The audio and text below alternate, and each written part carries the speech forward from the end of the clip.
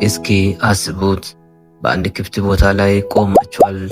የምነፍሰው አየር ልክ እንደ ዳቦ መጋገሪያ ፊታችሁን ያቃጥለዋል።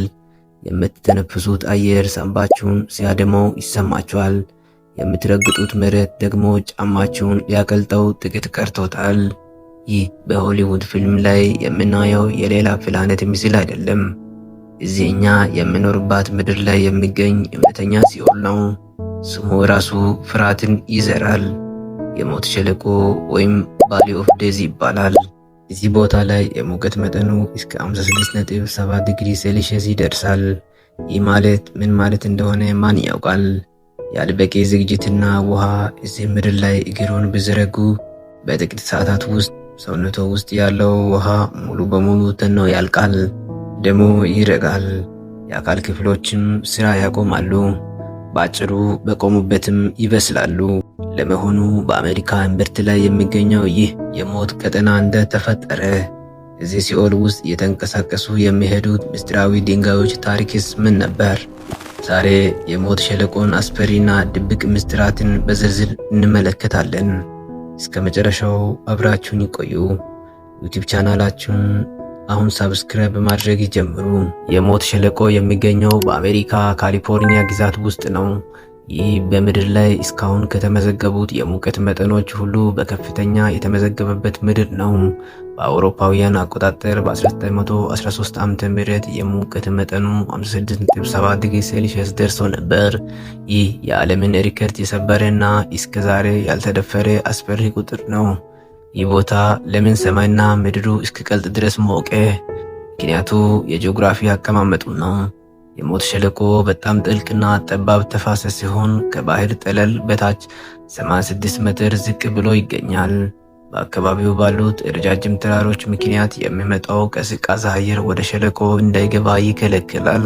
በሌላ በኩል ደግሞ ከላይ የሚወርደው የፀሐይ ጨረር በሸለቆው ጥልቀት ውስጥ ይታጠራል።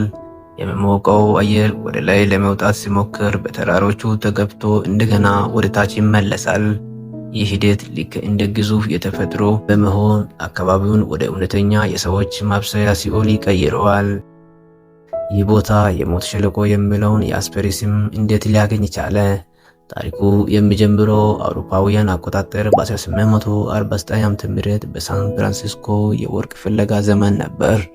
በወቅቱ የወርቅ ማዕድን ፍለጋ የተነሱ አንድ ቡድን ስደተኞች ወደ ካሊፎርኒያ የሚያደርሳቸውን አጭር መንገድ እየፈለጉ ሳለ በስህተት በዚያ ሸለቆ ውስጥ ገቡ። ቦታው ገና ያልተጠናና በካርታ ላይ የማይታወቅ ነበር። ቡድኑ እዚህ ሲኦል ውስጥ ለሳምንታት ተቀረቀረ። ምግብና ውሃቸው አለቀ። የሚጋልቧቸው በሬዎችና ፈረሶች ለማረድና በስጋቸው ለመኖር ተገደዱ። የእንጨት ስጋሪዎቻቸውን ሰብሮ እሳት አንድደው ስጋውን በሉ። በዚህ ጉዞ ውስጥ በርካታ ሰዎች በሙቀትና በጥም ሕይወታቸው አለፈ።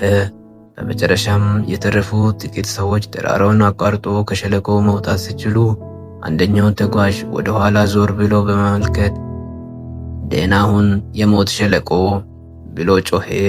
ከዚያ ቀን ጀምሮ ይህ ስም በታሪክ ማህደር ውስጥ ደምቆ ተጻፈ። የሞት ሸለቆ ገዳይ ብቻ አይደለም፣ እጅግ አስገራሚ ምስጢሮች የተሸከመም ጭምር ነው።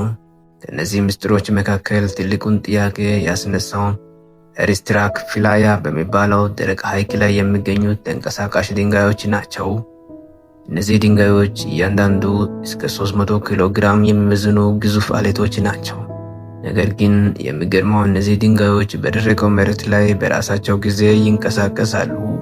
ከጀርባቸውም የተጓዙበትን ረጅም መስመር በትክክል ይተዋሉ። ለብዙ ዓመታት የሳይንስ ሊቃውንት ይህንን ክስተት ሊፈቱት አልቻሉም። የባዕድ ፍጥረታት ወይም አሊያንስ ሥራ ነው ወይም ማግኔቲክ ኃይል አለው የሚሉ ብዙ መላምቶች ነበሩ። ምክንያቱም ማንም ሰው እነዚህ ድንጋዮች ሲንቀሳቀሱ በአይኑ አይቶ አያውቅም ነበር። በመጨረሻም አውሮፓውያኑ አቆጣጠር በ2014 ዓ.ም ሳይንቲስቶቹ በጂፒኤስ እና በካሜራዎች ታግዞ ምስጢሩን ፈቱት። በክረምት ወቅት እዚህ በረሃ ላይ በጣም ጥቂት ዝናብ ይዘንባል። በምሽቱ ደግሞ ቅዝቃዜው ስለሚበረታ መሬቱ ላይ ስስ የበረዶ ንጣፍ ይፈጠራል። ጠዋት ላይ ፀሐይ በረዶውን ማቅለጥ ሲጀምርና ኃይለኛ ንፋስ ሲነፍስ ድንጋዮቹ በዚያ ስስ በረዶ ላይ የተንሸራተቱ ይሄዳሉ። ይህ ተፈጥሮ እዚህ ሲኦል ውስጥ የምትሰራው ሌላ አስደናቂ ተአምር ነው። ይህ ቦታ አደገኛ መሆኑ የታወቀ ዛሬም ድረስ በየዓመቱ በሺዎች የሚቆጠሩ ጎብኚዎች ወደዚህ ቦታ ይተማሉ። ለምን ይመስላችኋል? የሰውን ልጅ ሁል ጊዜ አደገኛና ተግዳሮት የበዛባቸውን ቦታዎች የመፈተሽ ጉጉት ስላለው ነው። ነገር ግን እዚህ ቦታ ላይ ሕጎቹን አለማክበር ዋጋው ሕይወት ነው። የአሜሪካ ብሔራዊ ፓርክ አገልግሎት ጎብኚዎች ከጠዋቱ 4 ሰዓት በኋላ በሸለቆው ውስጥ ምንም አይነት የእግር ጉዞ እንዳያደርጉ በጥብቅ ያስጠነቅቃል። እዚህ ቦታ ላይ መኪናችሁ ቢበላሽ ወይም ውሃችሁ ቢያልቅ ከ3 እስከ 4 ሰዓት ባልበለጠ ጊዜ ውስጥ የሙቀት መጨናነቅ ይከሰታል። አንጎላችሁ ማሰብ ያቆማል። ሰውነታችሁ ላብ ማመንጨት አይችልም። እናም ሞት በፍጥነት ይመጣል። በቅርቡ እንኳ የተሰጡትን ማስጠንቀቂያዎች ባለማክበር ብቻ ሕይወታቸውን ያጡ ጎብኚዎች ቁጥር ቀላል አይደለም። ይቺ ምድር ለስህተት ቦታ አትሰጥም። የሞት ሸለቆ በአንድ በኩል አስደናቂ የተፈጥሮ ጥበብ፣ በሌላ በኩል ደግሞ የሰው ልጅ ሊቋቋመው የማይችለው እውነተኛ የንጽህና ማጣትና ሙቀት ሲኦል። የተፈጥሮ እነዚህም ቦታ ላይ እኛ ምን ያህል ደካማ ፍጥረታት እንደሆንን ታሳየናለች። እናንተስ ምን ታስባላችሁ? ይህ ምድር ላይ ያለ ሲኦል በአካል ሄዳችሁ ለመጎብኘት ድፍረት አላችሁ ወይስ ከሩቅ ማየቱ ይበቃል? ሐሳባችሁን ኮመንት ላይ ጻፉልን። ቪዲዮ ከተመቻችሁ ላይክ ማድረጋችሁን እና ለወዳጆቻችሁ ማጋራት አትርሱ። እንደዚህ ያሉ አስደናቂ ታሪኮች ሁልጊዜ እንዲደርሷችሁ ቻናላችንን ሳብስክራይብ አድርጉ።